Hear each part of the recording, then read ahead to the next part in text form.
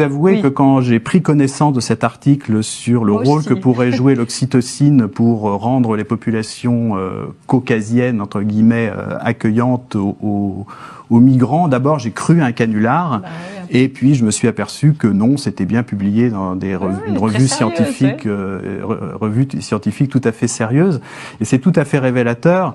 Vous voyez, on pourrait dire qu'au départ, l'intention, elle est généreuse, puisque c'est pour rendre les gens plus altruistes, plus accueillants. Et en même temps, pour le faire, on les traite exactement comme du bétail. C'est-à-dire que on va simplement leur injecter la proposition qui est faite, c'est de leur faire inhaler certaines hormones qui induiront le comportement souhaité. Donc là, on rentre vraiment dans la manipulation totale. Et c'est là d'ailleurs où on voit donc effectivement, comme vous disiez, ce monde formidable qui nous est promis. Alors d'une part, un certain nombre de promesses sont complètement délirantes et ne sont faites que pour séduire, attirer le chaland.